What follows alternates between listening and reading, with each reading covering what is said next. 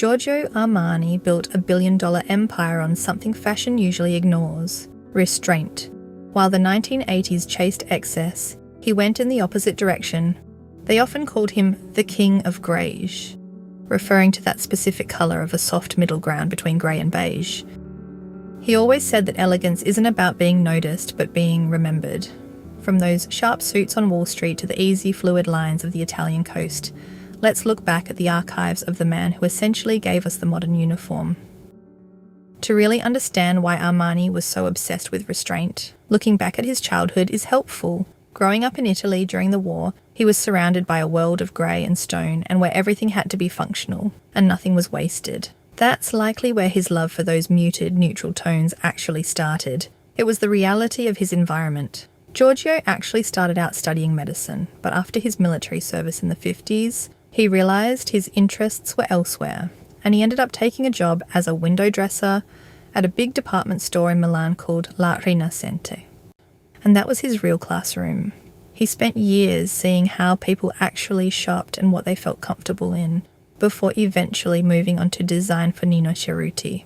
But the big turning point, though, was meeting partner Sergio Galeotti. Sergio was the one who really pushed him to go out on his own. They officially launched in July 1975, with a really simple split. Sergio handled the business side, and Armani focused entirely on the clothes. And by that October, he put out his first collection. And really, the silhouette of fashion hasn't really been the same since. Even though Armani spent the 60s making a name for himself in menswear at Nino Cerruti, when he launched his own brand, he put out both men's and women's lines right from the start.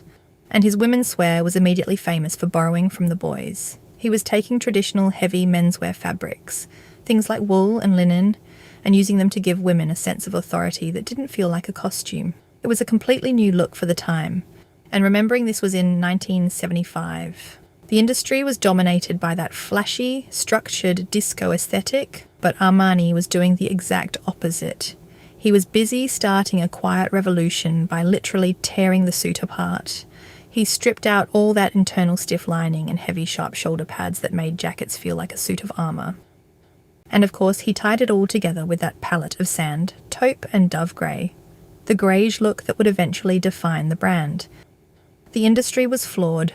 Vogue called him a pioneer of this new sensibility, and by the end of the first year, they'd already hit $1 million in sales. That success is what eventually moved them into that grand headquarters at 21, Via Borgo Nuovo, which also remained Armani's creative home and personal residence for decades. Giorgio Armani viewed life itself as a movie, and his clothes were the costumes. Over the years, he's designed for over 200 films, using the big screen to basically show his aesthetic to the entire world. Even though he was doing well in Italy in the late 70s, he still had a pretty low profile everywhere else. But that changed almost overnight with the film American Gigolo. He provided the entire wardrobe for Richard Gere's character. And there's that one scene where Gere is laying out his Armani jackets and shirts on the bed. It was essentially the most stylish 3-minute advertisement the brand could have ever asked for. It completely redefined what masculinity looked like. It traded those boxy, stiff 70s suits for something soft and unstructured in those classic neutral tones. Suddenly, every man wanted to move the way Richard Gere did in those clothes. By the 80s and 90s, Armani took that Hollywood connection even further. He essentially invented the modern red carpet. He was the first to really systematically dress stars for award shows. And he even opened a dedicated office on Rodeo Drive in 1988, just to manage those celebrity relationships. And you still see that same influence on the red carpet today. Whether it's the way a gown actually moves or the perfect cut of a tuxedo, he's still the gold standard. He proved that you don't need a loud, controversial outfit to get people talking. Most of the time, his work just brings this sense of calm and sophisticated glamour. While the rest of the fashion world was leaning into the supermodel moment of the 90s, Armani kind of sidestepped it and built his own lane. He felt that using the big top models of the moment could be a distraction and pull the attention away from the clothes. He preferred what he called real women, models with sharp features and a calm, mature energy who felt grounded. It wasn't about the bombshell look, it was about how the fabric actually moved on a person. The models walked with this understated fluidity and a natural, confident pace. Even the lighting of the runway shows was intentional, using this beautiful, soft glow that made everything feel sophisticated and elegant without being theatrical. This restraint was also extended to how he styled the shows. He traded the decade's big, voluminous hair for slicked back buns and neat styles that put the focus on the necklines. It was his version of the modern woman, someone too busy and sophisticated for high-maintenance hair. And the makeup was just as intentional. Instead of heavy lines, he used soft, blended shadows to create a lit-from-within glow. Every detail was just another extension of that core minimalism. As the brand grew, Armani wanted to do more than just dress people. He wanted to create an entire world for them to live in. He started doing this through what's called vertical integration, basically taking his look and making it accessible at every level.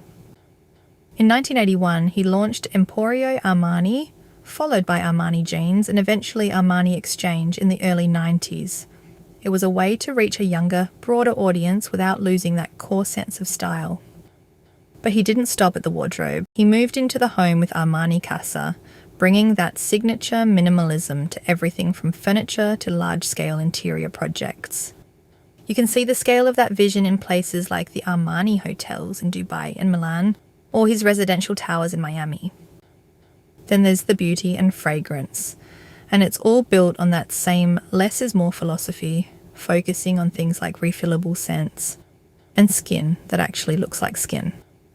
Whether it was the suit you wore to work, the sofa you sat on, or the hotel you stayed in, you could essentially live your entire life within the Armani aesthetic. What's truly unique about Armani, especially in today's world of massive fashion conglomerates, is that he never sold out. He remained the sole owner and the creative heart of his company right up until the very end. He was also someone who used his influence to set a standard for the rest of the industry. Back in 2007, he became the first major designer to ban underweight models from his shows. It was a bold move at the time, but for him, it was just about respect for the human body, that same focus he'd had since his early days in medical school. Armani stayed busy and focused until his final days, eventually passing away of liver failure in September 2025 at the age of 91. Today, his entire empire is managed by the Giorgio Armani Foundation, which he set up to make sure the brand stays independent and true to his original vision. In a world that's constantly chasing the next trend, Armani proved that there is lasting power in simplicity and minimalism. He gave us so much more than a new suit. He essentially figured out how to make elegance feel comfortable, which was something fashion hadn't really mastered before him. When you look back at his career, that really is his biggest legacy.